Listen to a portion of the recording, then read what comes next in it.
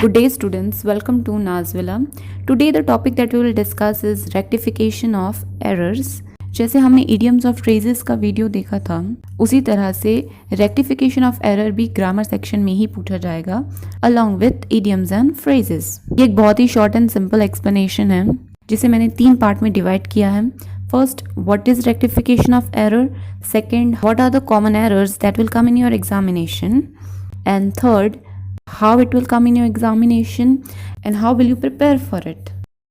Error का मतलब होता है मिस्टेक, रेक्टिफाई का मतलब होता है करेक्ट करना, सही करना, यानी मिस्टेक्स को फाइंड करके सही करना. तो rectification of error is finding the mistakes and correcting it. पर ये इतना भी ईजी नहीं है, ये बहुत ज़्यादा कॉम्प्लिकेटेड हो जाता है when it comes to solving an error. One of the most common error जो एग्जाम में पूछा जाता है दैट इज स्पेलिंग मिस्टेक्स और replacement. If I give you an example, were are you. So यहाँ पे एरर जो है वो है वर. सो वर की जगह पे आंसर आएगा WHERE where and the sentence will become where are you. Were और वेर सेम लगते हैं इसलिए उन्हें एक दूसरे के साथ रिप्लेस कर दिया जाता है. और भी ऐसे सिमिलर वर्ड्स हैं जैसे THEIR their and THERE there. One more example, you are to busy.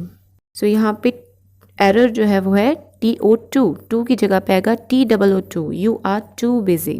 So देखा किस तरह दो सिमिलर वर्ड्स को एक दूसरे के साथ रिप्लेस कर देते हैं and it becomes difficult to find out the difference. वो कभी कभी नज़र से भी छूट जाता है. एक और एग्जांपल दूँ तो AND एंड और END एंड दोनों सेम है लेकिन दोनों का मतलब अलग होता है. एक और एग्जांपल है जैसे एक्सेप्ट और एक्सपेक्ट, इनमें भी लोग कंफ्यूज हो जाते हैं. ये भी एक रिप्लेसमेंट या एरर की तरह यूज़ किया जाता है. And now the next common error that we will see is singular and plural. Singular का मतलब होता है कोई one person, single चीज़ जिसका हम एक सेंटेंस बनाएंगे he is busy. Plural का मतलब होता है more than one, यानी many people, many things, okay? तो उसका एक सेंटेंस बनता है that they are busy. So मैं एक एग्जाम्पल देती हूँ. His eyes was swollen. यहाँ पे error है was is incorrect. The correct word is were. Why? Because eyes, EYES, eyes दो होती हैं. eyes is plural और was सिंगल चीज़ के लिए यूज़ किया जाता है और were plural चीज़ के लिए यूज़ किया जाता है. इस तरह के एरर पूछे जाएंगे. So here you have to see, यहाँ पे सिंगल चीज़ की बात की गई है या a group of thing की बात की गई है. Okay? The next common error that comes in your examination is preposition. Preposition means for, of, on, at, to.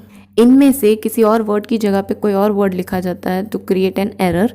If I give you an example, let's go at the bed. So what is the error here? The incorrect word is at and the correct word that will come in place of at is to. So it is a very common sentence that we use, let's go to bed. So you may understand what I mean to say. सही preposition आना चाहिए sentence में. The next type of error is change in tense of any word. Mainly 3 तरह के tense होते हैं, present, past and future, और उसको सब डिवाइड किया जाता है सिंपल, कंटिन्यूस और परफेक्ट में. So right now I will keep it very simple. He leaves his house yesterday. So यहाँ पे इनकरेक्ट वर्ड कौन सा है? Leaves.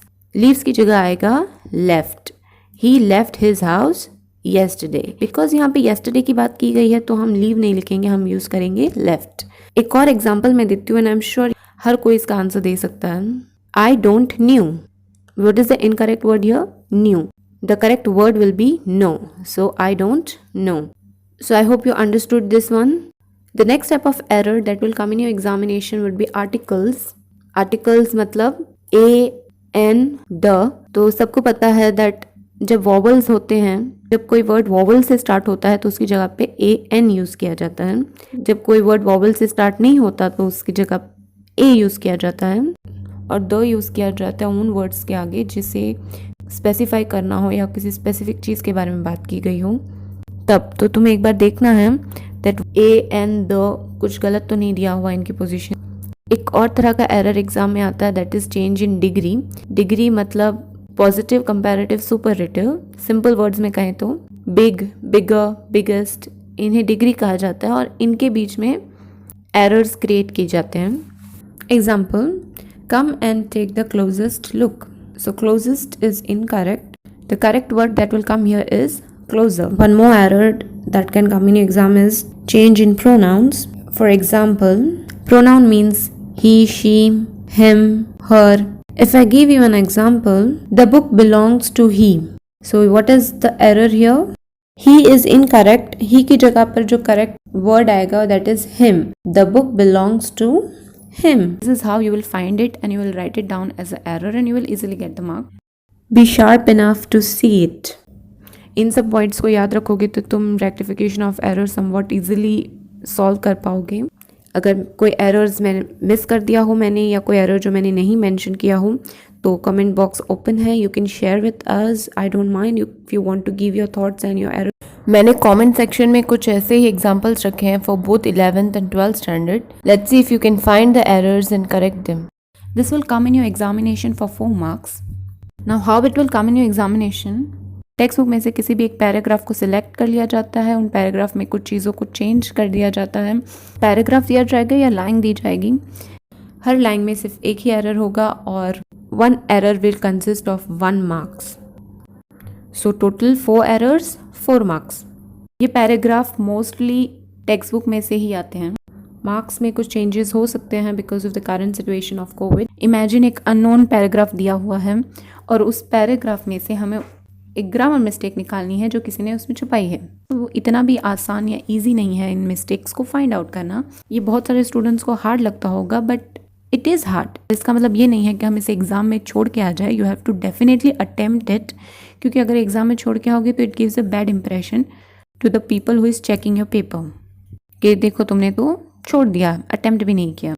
Now how will you prepare for this errors is that because the paragraph is taken from the text book तो इसलिए तुम्हें text book read करना पड़ेगा ताकि तुम्हें इन एरर्स को सॉल्व कर सको.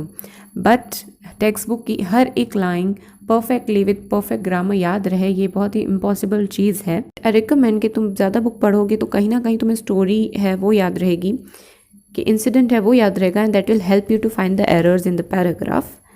और इसके लिए जो क्वेश्चन आंसर्स वीडियो मैं बना रही हूँ for all the lessons that will also be helpful to you to read the text books.